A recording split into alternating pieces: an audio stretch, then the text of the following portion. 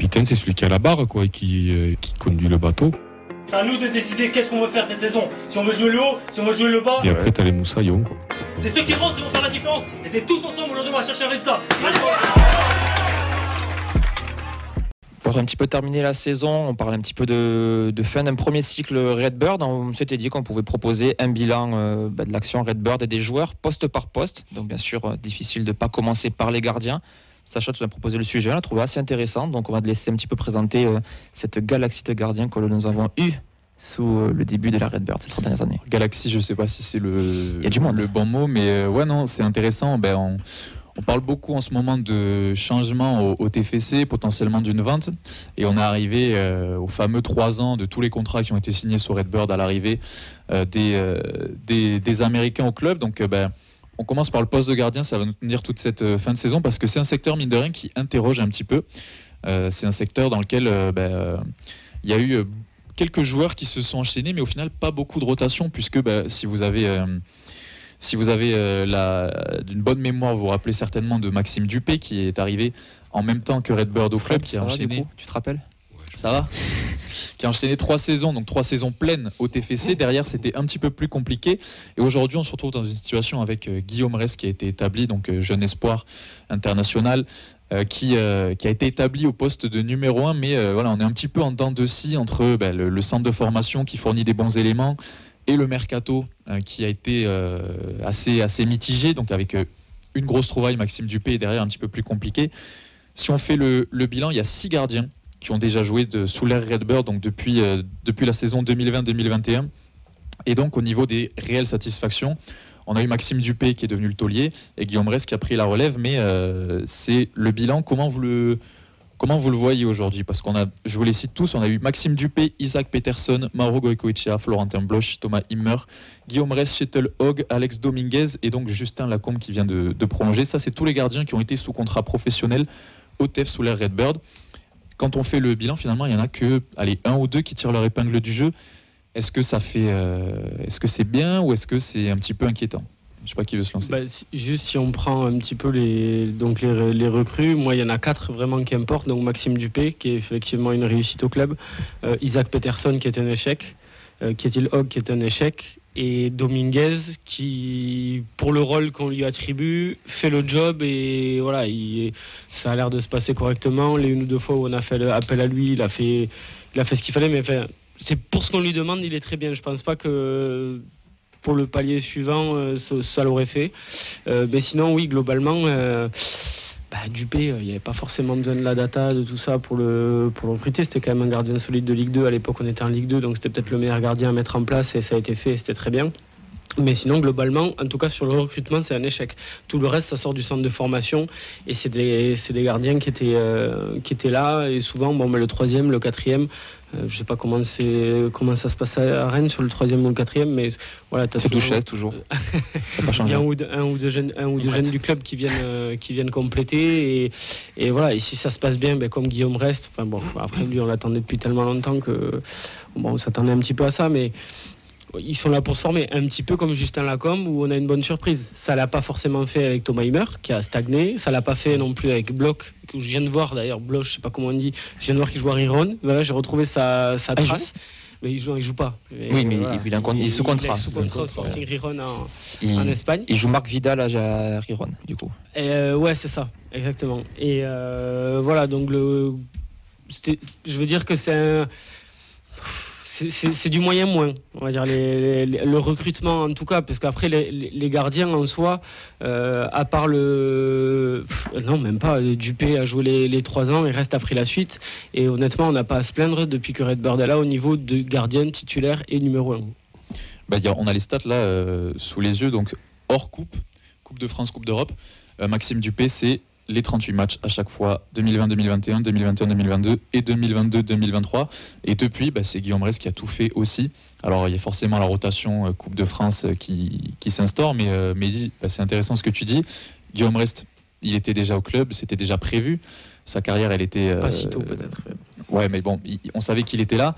Et Maxime Dupé, c'est peut-être le gardien le moins data, entre guillemets, qu'on a recruté parce que ancien du championnat Ligue 2, connu par presque tous, c'est un des seuls joueurs qui arrive à Toulouse et qu'on connaissait bien et dont on ne s'est pas dit il vient de je sais pas quel championnat, nom imprononçable, etc. Donc la balance est un peu mitigée, toi Fred ou Arthur, qu'est-ce que vous en pensez? Alors moi je vais un peu aller à contresens de Mehdi dans le sens où non, moi je trouve que c'est une réussite puisque Dupé donc ça a été une recrue, donc ça a été une grosse réussite. En fait c'est un poste depuis 3 ans qui pose pas de soucis. On n'a pas de soucis avec donc au niveau des gardiens. Enfin, on avait une incertitude cet été. Non mais je veux dire en championnat on n'a pas de soucis. Il n'y a aucun match ou 2-3 matchs où on dit mince, on a un souci de gardien. Non, on n'a jamais eu de souci avec ce poste-là. Alors oui, en effet, les titulaires sont indéboulonnables. Alors on n'a pas été confronté non plus à des blessures qui auraient pu amener en effet que les seconds prennent la place du premier. Mais moi je trouve que le recrutement donc, de Dupé est une grosse réussite. Là, bon, après tu me diras, on a lancé Reste qui était de chez nous. Mais le seul couac, pour moi, c'est Hogg. Peterson aussi, quand même, parce qu'il était quand même annoncé pour prendre la suite de Dupé. Il a mais moins que Hogg, quand même. Hogg était vraiment annoncé pour venir dans un premier temps titiller Dupé et dans un second temps prendre sa place quand on a compris que Dupé allait partir, quoi. Mais à part Hogg, qui est un échec pour moi, et encore un semi-échec, puisque quand même ça a été le gardien titulaire de la plus belle épopée qu'on a eue depuis 60 ans. Donc voilà, Parlant de gardien, tu poseras la question aussi aux gardiens avant qu'ils aient Mandanda à Rennes. Comment ça se passait aussi sur le recrutement des gardiens, c'est pas facile.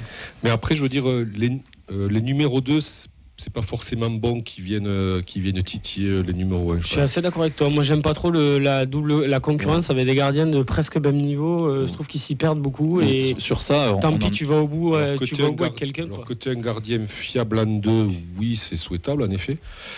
Comme a l'air de l'être Dominguez là. Pas le niveau pour un numéro 1. Non, mais qui pourrait. S'il faut dépanner, il faudra. Après, c'est sûr que. Enfin, bon, on en parlera après dans le débat, mais c'est sûr que Guillaume Reste, entre guillemets, pose problème, quoi. Enfin, entre guillemets, quoi.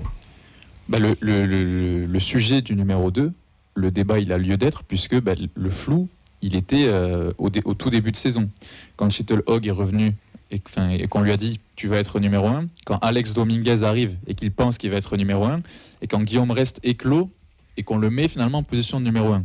La hiérarchie, elle s'est faite. Elle s'est faite sur la préparation, quoi. Elle s'est faite naturellement, mais on avait un peu, entre les discours de tout le monde, c'était un petit peu flou. On ne savait pas trop derrière qui se ranger. Ça s'est fait sur la prépa, mais il n'y avait pas une vraie hiérarchie. Non. Numéro 1, numéro 2, numéro 3. Surtout qu'on n'avait jamais vu jouer Guillaume Reste, en fait. On avait déjà vu jouer Hogg, qui avait été, on va dire, un championnat, quand il avait joué, ça avait été moyen. Il y a eu la Coupe de France qui a un peu redoré son image, mais... on n'a pas non plus eu des gros matchs à subir en Coupe de France, Mehdi. On n'a jamais eu des matchs où il a fallu qu'ils se mettent en valeur, quoi. Et le seul souci qu'on avait, c'est qu'on n'avait pas le niveau de Guillaume Reste, en fait. On ne savait pas ce qu'il allait donner donc en Ligue 1, donc à 18 ans, sans aucune expérience, quoi. Et là aussi, donc, on a eu de la chance, quoi, que ça se passe bien, en fait. Donc, problème réglé. Alors, pour la saison prochaine, pour moi, si Guillaume Reste s'en va, le problème va se reposer en effet. Et s'il reste, il n'y aura pas de problème. C'est simple le foot. Simplement. Est-ce qu'on a des réactions ou j'interroge Arthur? Je crois qu'on rassure. On fera les réactions après. Allez. Peut-être plutôt de Mehdi, Fred, entre les deux, toi, parce que c'est vrai que... Moi, je vais être plutôt pragmatique. En fait, on n'a jamais eu de soucis. Donc, ça veut dire que c'est réussi, en fait. On peut dire que c'est des échecs, les recrues qui n'ont pas fonctionné, mais est-ce qu'elles étaient destinées à être top 1? Peut-être pas. Donc, Dupé a fait clairement le taf. Et peut-être l'année où on était le moins carré, c'est cette année. Et tu l'as bien dit, on a eu la chance de découvrir Guillaume qui a explosé plus vite que prévu sur l'été. Mais en fait, de manière très pragmatique, jusqu'à preuve du contraire, Dupé avait fait le boulot, hein, donc non, bon recrutement en fait. Ou alors est-ce qu'on n'a pas voulu lui mettre la pression à Reste en sachant très bien qu'il allait commencer? Il a eu des soucis de blessure. Il aurait pu démarrer dès la saison dernière et être vraiment intégré au groupe. Non, mais est-ce que dans la com du club, donc à l'intersaison, on n'a pas voulu annoncer directement qu'il allait être titulaire Et tu vois, Je pense qu'il se fait gagner parce que l'année dernière, la saison de Guillaume Rest avec la N2, elle est pas bonne. Elle est clairement pas bonne. Il y a 2 ou 3 expulsions. Il y a une blessure en plus qui le stoppe. Alors, encore une fois, il était très jeune, même pour jouer en N2 quoi, à l'époque. Il avait 17 ans, 16 même peut-être au début d'année, je sais plus. Mais c'est pour ça que, en tout cas, on était plusieurs à se dire, mais même pour le balarder, même numéro 2, c'était juste. Et il nous a. On savait qu'un jour ça allait arriver, mais si tôt. Et qu'il soit si fort si tôt avec la saison dernière qu'il a faite, peut-être qu'elle lui a servi et qu'elle l'a endurci justement. Mais on s'y attendait pas. On s'y attendait pas. Et je pense que le club non plus. Et cela leur a enlevé quand même une belle épine du pied parce que la gestion de cet été sur les gardiens, c'était pas top quoi. Mais bon, ça a laissé de la place au phénomène qu'on voit maintenant quoi.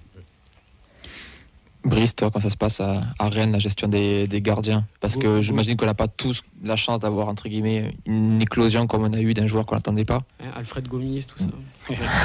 Le poste de gardien, c'est un poste où on n'avait pas connu trop de problèmes. Ça a commencé quand Chelsea a acheté Edouard Mendy, qui était un gardien incroyable, qui fait une saison.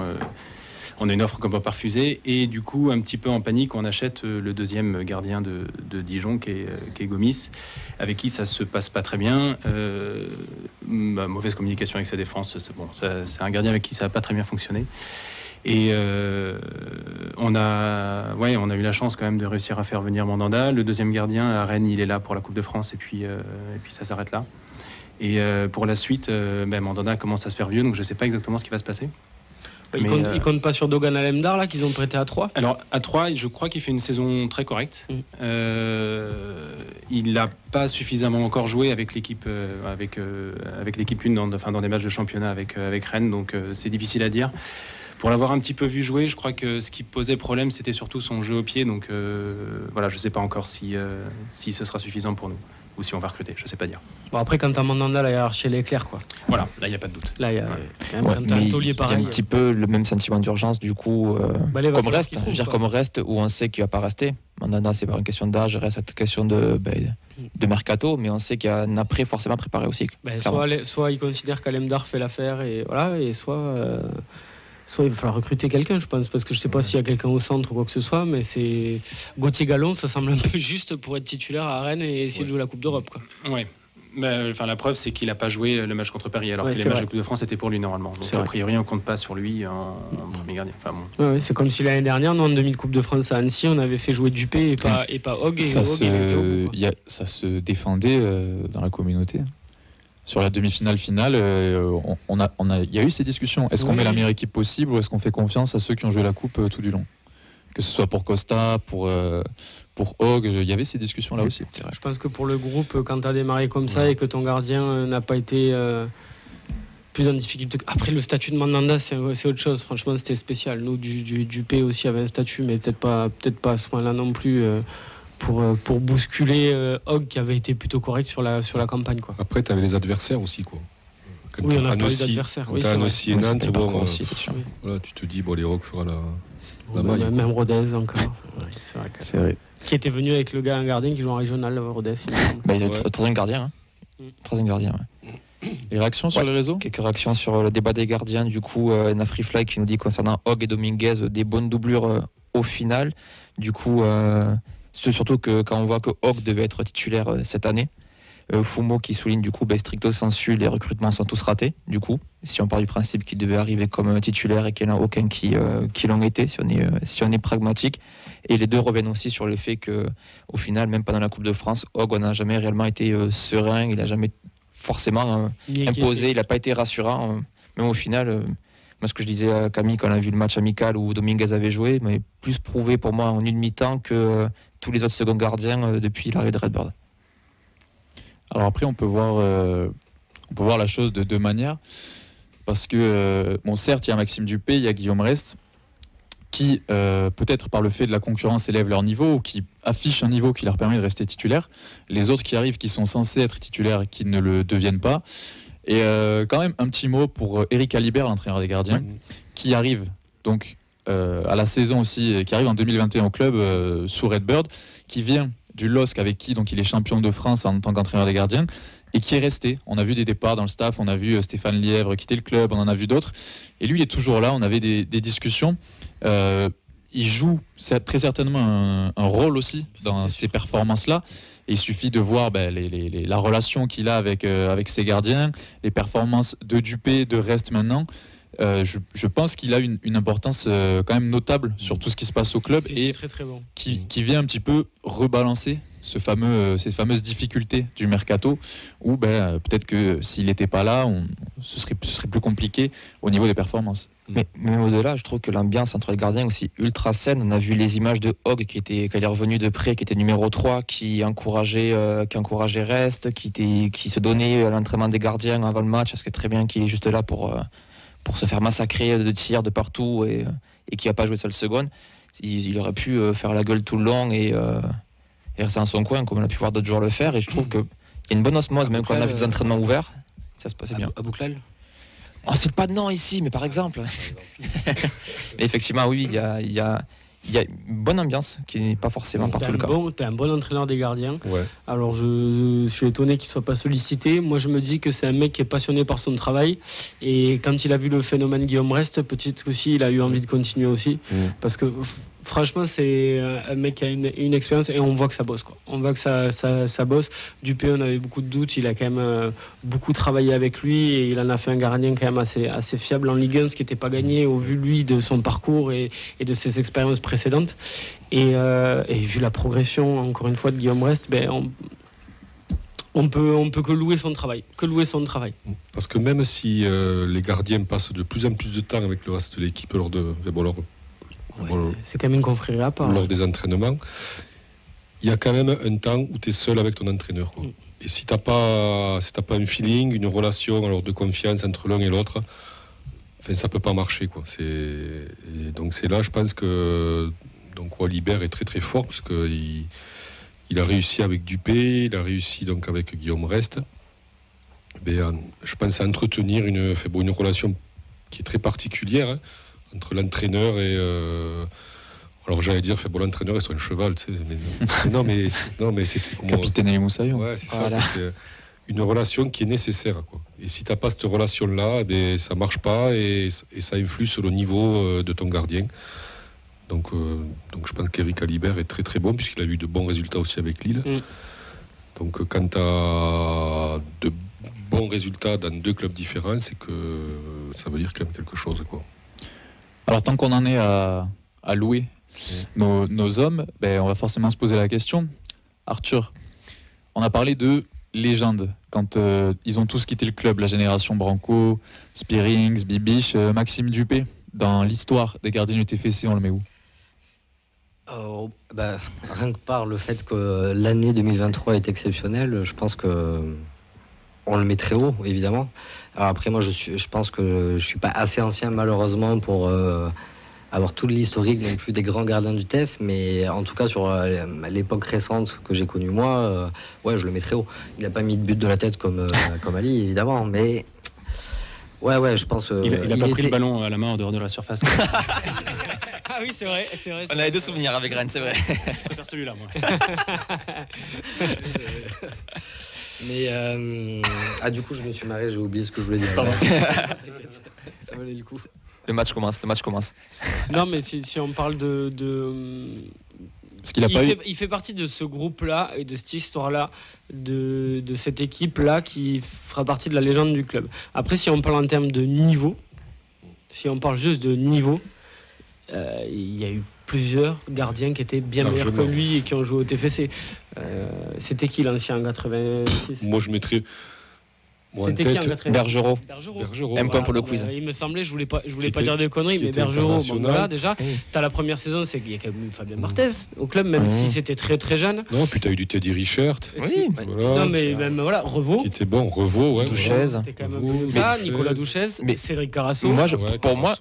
Pour moi, Dupé est le meilleur gardien qu'on ait eu depuis Carasso. Chronologiquement, je parle. Je fais pas un classement. Je trouve que après, on a eu des gardiens corrects ou des gardiens pas bons. On n'a pas eu de très bons gardiens. Je réfléchis après à ce qu'on a eu. On a eu un qui était très mauvais, là, qui venait de Bordeaux, là, comment il s'appelle? Valverde. Ouais, c'est ça. Oui, non, mais On a eu du Valverde, on a eu Pelé. Mais Pelé était un bon gardien, ça c'est très mal Ouais, passé. Oui, mais c'est des joueurs qui étaient pas mauvais, mais on a eu Boucher aussi. Ouais, c'est vrai, ça faisait peut-être 10 ans qu'on n'avait pas eu un gardien correct comme ça. Ouais. Et, enfin, en tout cas, aussi régulier. Oui, voilà, parce Oui, qu'Amada et- était très bon, mais en dents de scie. Oui, et à un niveau qu'on n'attendait pas, hein, comme tu dis, au On final, a eu qui a la un forme niveau aussi. Ligue 2 et qui a fait le taf en Ligue 1 quand même. Donc c'est peut-être il y a aussi un petit côté de surprise dans mon On a eu évaluation. Alban ou Lafont agréable aussi avant surprise. qui. Par rapport à la Ouais, fond, la justement. Fond, ouais. Comment Oui, t'es comment on se d'accord. positionne?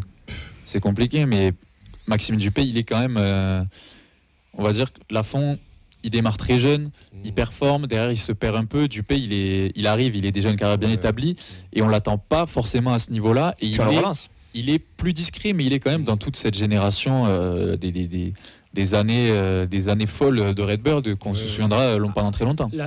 Dupé Lafont, j'ai envie de dire que si tu prends la période TFC, Lafont, il était vraiment en période d'apprentissage, donc il n'était pas hyper stable. C'était un bon gardien, mais il n'était pas encore hyper stable.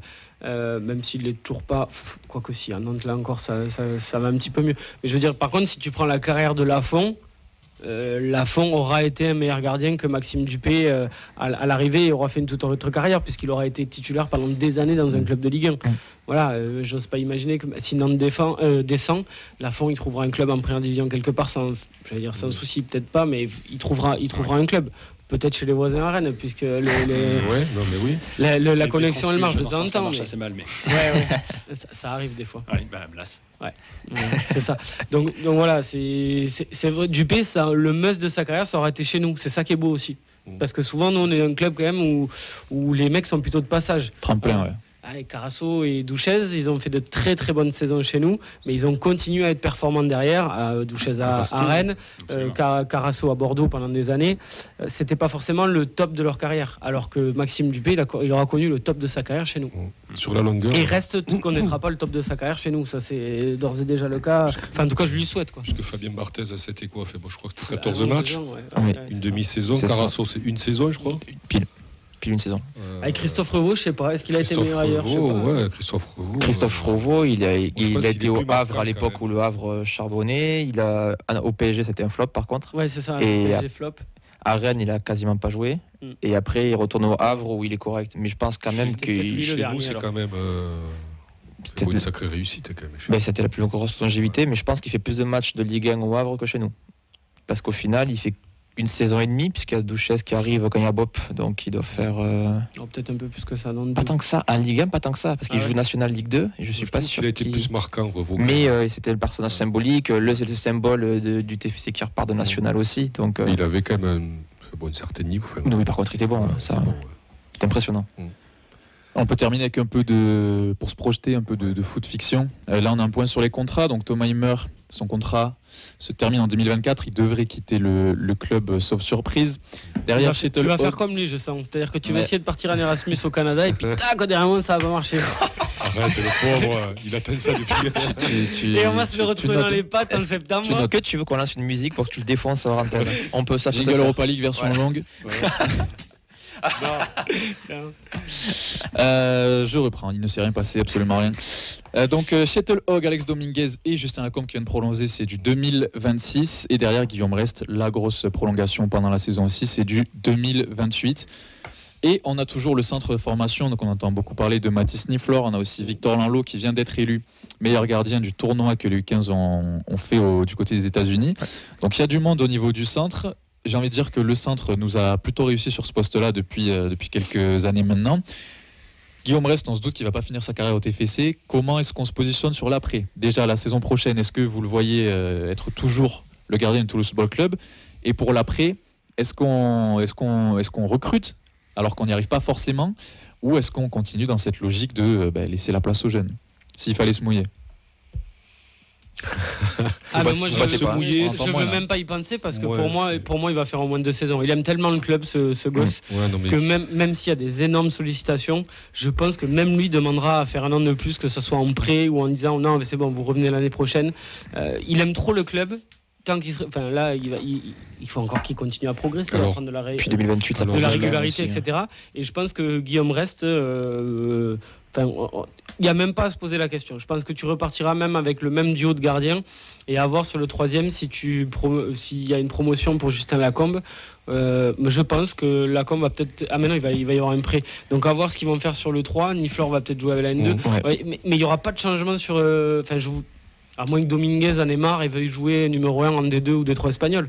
Mais je vois pas de changement chez les gardiens la saison prochaine. Donc pour moi, c'est encore un peu obscur de se projeter sur dans 1 an et demi, quoi. Le mec chiant, quoi. Non, mais c'est ça. Alors Il partira pas. Qu'il aime le club, ça, j'en doute pas. Il aime le club à 200%. S'il y a vraiment une grosse offre que le club ne peut pas refuser, justement, je ne sais pas s'il va rester, Mehdi, franchement. Oui, mais ils nous le prêteront un an, t'inquiète pas. Non, ils ne te le prêteront pas parce que. Tu crois que imaginons c'est le Bayern qui vient. New York, il a encore un an dans les pattes. Donc ils le laisseront un an de plus en progression, tu vois.